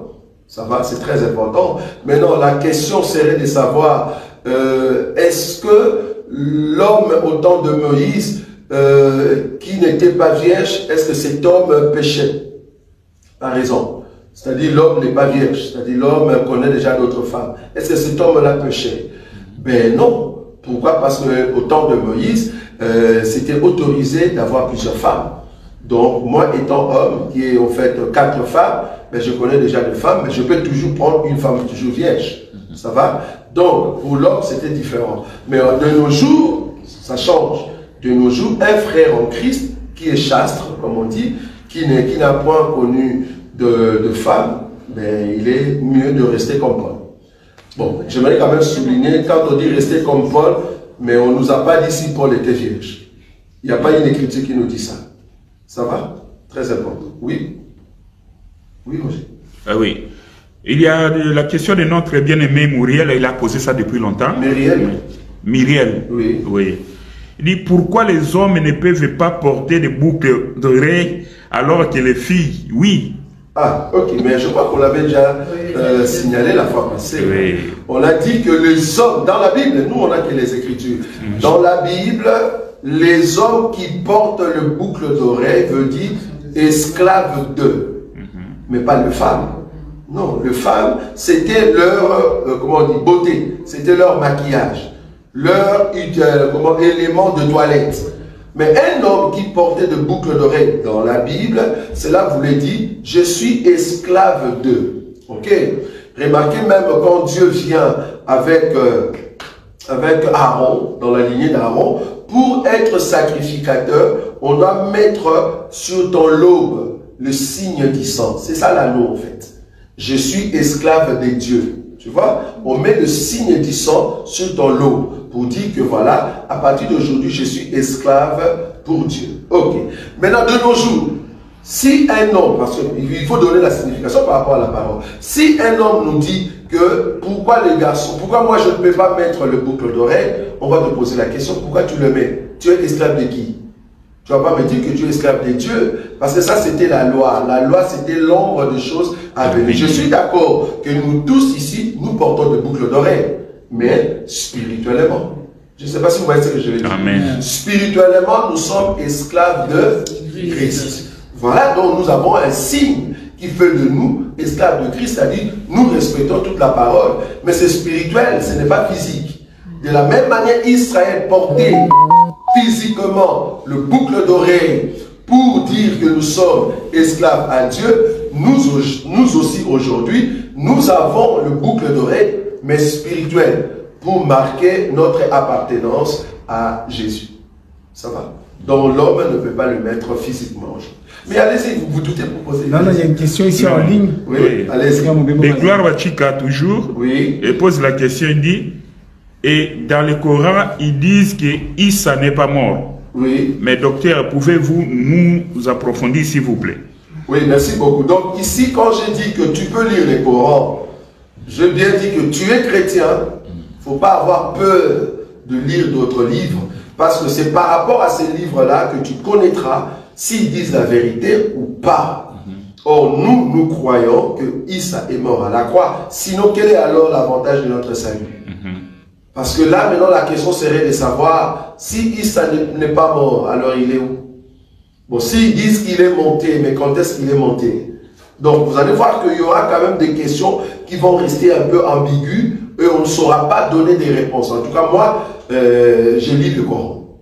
Et tu vas voir qu'il y a beaucoup d'éléments qu'on ne peut pas trouver de lumière là-dedans. Par exemple, quand ils disent que, pardon, le Christ, à Mashiach, le Christ, c'est lui qui viendra au fait pour détruire la puissance de Jaël. Dans la Bible, dans le Coran, on dit Jaël, c'est-à-dire l'Antéchrist.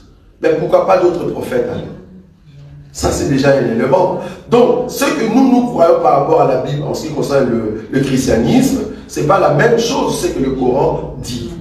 Et d'abord, quand tu regardes l'origine d'Abraham, bien qu'ils reconnaissent que Ibrahim, c'est ça, Ibrahim, c'est lui Abraham, mais bien que déjà les origines, ça, c'est pas la même chose. Amen. Donc il y a un souci. Donc du coup, je vais lire les Corans, c'est pas pour croire au Coran, parce que moi je suis chrétien. Même un musulman, quand il lit la Bible, c'est pas pour croire à la Bible. La croyance vient de Dieu. Nous croyons à la Bible, même quand je lis les Corans, je lis les Corans pour comprendre là où il y a les mensonges et là où ils disent vrai. Ça va? Oui. Dès lors, est-ce qu'on peut considérer malgré tout que Mohamed a été prophète ou pas? Bon, avant de conclure, c'est une très bonne question. Bibliquement parlant, il y a eu beaucoup de prophètes. Ça, je le crois. Oui. Il y a eu plusieurs prophètes. Un prophète, c'est qui? Un prophète, c'est une personne qui vient te montrer des choses qui vont venir, mais qui t'amène vers Dieu. Ok. Si il a fait, gloire à Dieu, il a amené les gens vers Dieu, ok, gloire à Dieu, mais quel Dieu? Le problème, c'est de savoir quel Dieu. Or, tous les prophètes de la Bible nous ont amenés vers l'Éternel. Or, les mêmes éternels, nous allons lire Ésaïe chapitre 35, le même éternel que eux appellent Allah, si c'est Allah, remarquez ce que l'Éternel a dit, parce qu'eux, ils ne croient pas à ça, c'est ça le problème. C'est là-bas qu'on se dit, bon, c'est quel Dieu que vous voulez nous amener? Parce que nous, le Dieu que nous voulons aller, c'est le Dieu ici de Ésaïe 35, à partir du verset 4. Tu peux lire. Mais juste avant, oui. Il est mis que le Dieu Allah, c'est le Dieu d'Ibrahim, Abraham, c'est le Dieu de David, etc., et que les musulmans doivent même étudier les autres textes, etc. Donc, Bon. Il y a cette filiation. Il y a juste le fait, enfin juste, et c'est notable, hein, c'est la grande scission, c'est que Jésus est considéré juste comme un prophète et un homme. Oui, bon, il y a pas. Bon, le problème déjà quand ils parlent d'Ibrahim, ils disent que le fils unique, ce n'était pas Isaac, c'était Ismaël.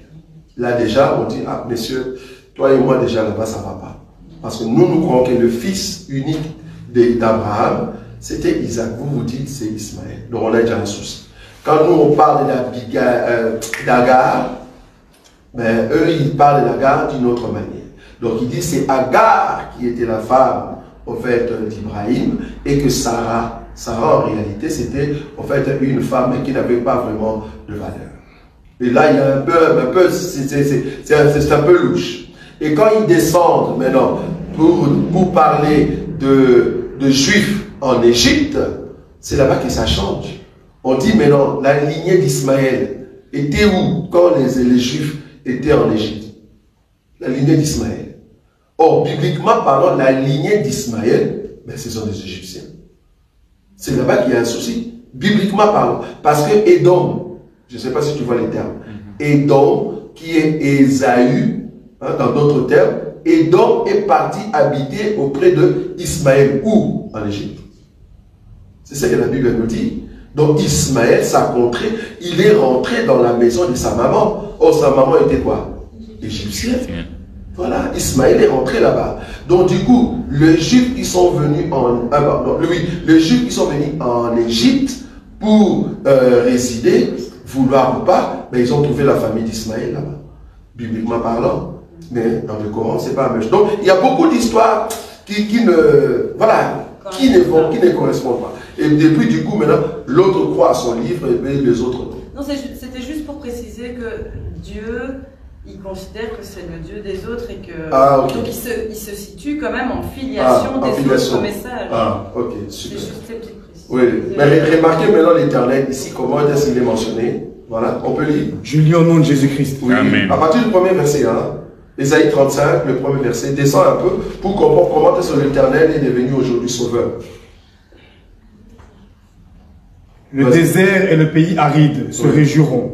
La solitude s'égayera et fleurira comme un narcisse. Elle se couvrira de fleurs et tressaillira de joie, avec chant d'allégresse et cris de triomphe. La gloire du Liban lui sera donnée, la magnificence du Carmel et de Saron, ils verront la gloire de l'Éternel, la magnificence de notre Dieu. Fortifiez les mains languissantes et affermissez les genoux qui chancellent. Dites à ceux qui ont le cœur troublé. Dites à ceux qui ont le cœur troublé. Prenez courage. Ne craignez point. Voici votre Dieu. La vengeance viendra. La rétribution de Dieu. Il viendra lui-même et vous sauvera. Il viendra lui-même et vous sauvera. C'est-à-dire l'Éternel viendra lui-même et vous sauvera. Mais comment savoir que l'Éternel est sur terre? Quel est le signe qui montre qu'il est venu? C'est-à-dire qu'il est venu pour nous sauver. Continue le verset 5. Ils s'ouvriront les yeux des aveugles, s'ouvriront les oreilles des sourds. Alors le boiteux sautera comme un cerf, et la langue du muet éclatera de joie, car des eaux jailliront dans le désert et des ruisseaux dans la solitude. Voilà, donc ici, on nous a quand même donné un signe. Si le Dieu viendra lui-même, on doit voir le verset 5, c'est-à-dire, alors s'ouvriront, alors. Mais remarquez que quand Jésus est venu, Jean-Baptiste qui connaissait cette écriture, parce que c'est un prophète, il connaissait le livre d'Ésaïe. Or, tout prophète, en tout cas vouloir ou pas en Israël, tu dois lire les autres prophètes. Il connaissait la prophétie d'Ésaïe. Il a dit, bon, j'ai donné quand même le baptême à ces messieurs, c'est vrai, bon, j'avais vu quand même une vision, mais il appelle ses deux disciples, venez, allez poser la question à ces messieurs-là. Es-tu celui que nous devons attendre ou tu es une autre personne? Parce que selon Ésaïe, dans le cœur de Jean-Baptiste, est que quand le Seigneur viendra, nous devons voir des miracles. Bon, si toi tu es Christ, fais-nous ça. Parce que l'Éternel qui vient lui-même, il doit faire ça. Les disciples sont partis rencontrer Jésus. J'aime beaucoup cette écriture-là. La Bible dit, on leur posé la question, Jean-Baptiste nous a envoyé pour demander, es-tu celui qui devait venir ou devons-nous en attendre un autre? La Bible dit à cet instant-là, Jésus a compris que la question qu'on me pose, c'est Ésaïe chapitre 35. Tu vois? Amen. Il sort, il prend les boiteux, paf, il marche. L'aveugle, il voit. Et puis il prend le sourd entend. Donc il a fait de miracles. Et puis il revient maintenant, il dit, est-ce que vous avez vu ce que je fais? Allez dire à qui? À Jean, le sourd entend. Est-ce que vous avez l'écriture, l'homme de Dieu? Oui, oui. Oui, c'est quelle écriture? Matthieu chapitre 11. Oui, vas-y, lis. Oui. On commence à partir du premier verset. Hein? Oui, vas-y. Okay. Lorsque Jésus est achevé de donner ses instructions à ses 12 disciples, il partit de là pour enseigner et prêcher dans les villes du pays. Oui. Jean ayant entendu parler de sa prison, dans sa prison, des œuvres de Christ, lui fit dire par ses disciples, es-tu celui qui doit venir ou devons-nous en entendre un autre? Jésus leur répondit, allez rapporter à Jean ce que vous entendez et ce que vous voyez. Les aveugles voient, les boiteux marchent, les lépreux sont purifiés, les sourds entendent, les morts ressuscitent et la bonne nouvelle est annoncée aux pauvres. 6. Heureux celui pour qui je ne serai pas une occasion de chute. Voilà. Donc ici, on voit que c'est la réponse. Donc Jésus confirme, c'est moi au fait, Ésaïe chapitre 35. Amen. Ésaïe chapitre 35, comprenez que l'Éternel s'est révélé à Abraham comme étant le Dieu Tout-Puissant. Mais par Moïse, il s'est révélé en son nom. Son nom c'est Je suis. Donc l'Éternel ou Jéhovah veut dire je suis. Yehovah. Ça va? Amen. Yehovah, Jéhovah, c'est-à-dire éternel. Je suis. Ok. Mais il est quoi? Il est quoi? Il est, oui. Mais il est quoi? Tu vas voir qu'il est chaque attribut qui s'est manifesté maintenant en Israël. Mais arrivé maintenant dans Ésaïe 35, là il dit, je vais prendre un autre attribut. L'attribut en question, je serai sauveur. Amen. Je serai éternel qui sauve. Amen. Et quand je serai éternel qui sauve, les signes qui prouvent que je suis sur la terre, bam, bam, bam. Et quand il est venu, Matthieu chapitre 1er, remarquez, tu lui donneras le nom de Jésus. Est-ce que vous voyez cette écriture? Amen. Oui. Matthieu chapitre 1er. L'ange, quand il est venu, cherchez cette écriture-là. 18, non? Non, premier, oui, à partir de 18, vas-y, descends. Voici de quelle manière arrivera la naissance de Jésus-Christ. Oui. Marie, sa mère, ayant été fiancée à Joseph, se trouvant enceinte par la vertu du Saint-Esprit, avant qu'ils eussent habité ensemble. Joseph, son époux, qui était un homme de bien et qui ne voulait pas la diffamer, se proposa de rompre secrètement avec elle. Mais pourquoi Joseph ne voulait pas la diffamer? Pourquoi? C'est parce que Marie n'était plus vierge. Est-ce que vous voyez ça? La virginité était très importante en Israël. Donc, comme tu n'es plus vierge, alors normalement on peut te diffamer. Mais Joseph ne voulait pas. Il ne voulait pas faire cela. Donc il n'a pas encore épousé et puis tu es déjà de vierge. Ça va pas. Ça va? On continue. 20. Comme il y pensait, voici un ange du Seigneur lui apparut en songe et dit, Joseph, fils de David, ne crains pas de prendre avec toi Marie, ta femme, car l'enfant qu'elle a conçu vient du Saint-Esprit. Elle enfantera un fils et tu lui donneras le nom de Jésus, celui qui sauvera son peuple. C'est lui qui sauvera son peuple. Ici, on a dit Jésus en français, hein, mais supposons que Joseph qui était là, on lui parlait ça, au fait, en hébreu. C'est-à-dire, tu auras un fils et tu l'appelleras Yeshua.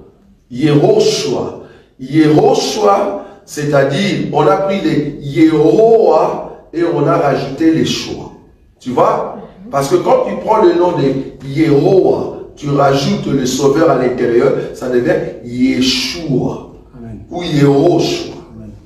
Tu vois? Ça dit l'éternel qui sauve. C'est ça Jésus. Et quand Jésus est venu, ben, il a manifesté au fait les saluts au milieu du peuple. Et jusqu'aujourd'hui, c'est lui qui va au fait donner les saluts au monde. Quand je dis au monde, c'est-à-dire quand il va arrêter Satan de tout ce qu'il va faire sur la terre. Amen. C'est lui les saluts. Donc c'est lui les dieux. Ça va? Écoutez, il est 20h05. Oui, Oui, on va prendre question. la dernière question, Oui. si c'est possible, Oui. de notre bien-aimé Sos Mitendi. Oui. Est-ce que je peux savoir la longueur de la chevelure pour les hommes par rapport à d'autres jeunes garçons aujourd'hui? Ok, tu n'as pas besoin de savoir la longueur de la chevelure. Pourquoi? Parce que nous avons dit la fois passée que pour connaître la longueur de la chevelure, il faut aller dans chaque culture, dans chaque contrée. Nous, en Afrique, on sait distinguer la longueur de mes cheveux par rapport à nos femmes africaines. Mais par contre, tu vas voir que le cheveu d'un homme blanc est plus long que la femme africaine, par exemple. Donc, tu ne vas pas comparer la longueur de cheveux d'un homme blanc avec le cheveu d'un homme africain. Non, ce que toi, tu vas voir par rapport à l'écriture, c'est la longueur de cheveux d'un homme africain avec une femme africaine. La longueur du cheveu d'une femme européenne avec un homme européen. C'est comme ça qu'il faut faire la comparaison. Donc, la comparaison ou la longueur de cheveux, ce n'est pas par rapport à l'Afrique et l'Europe. Non, ce n'est pas comme ça. Donc quand il dit homme, ne prends pas n'importe quel homme, prends plutôt par contrée. C'est-à-dire, il y a des contrées où la longueur de la femme est toujours, partout où tu vas aller, dans chaque contrée, la longueur de la chevelure de la femme est toujours plus longue que l'homme qui est dans cette contrée-là.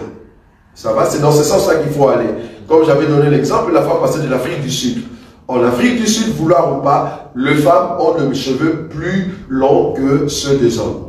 Même au Congo, même en Éthiopie. Donc, il faut prendre des contrées. Il ne faut pas comparer Afrique et Europe. Ou soit Chine avec Madagascar. Non, ce n'est pas comme ça qu'il faut comparer les hommes ou soit les femmes. C'est par rapport à chaque contrée. Chaque contrée, il y a des femmes qui ont des cheveux longs plus que les hommes. Ça va?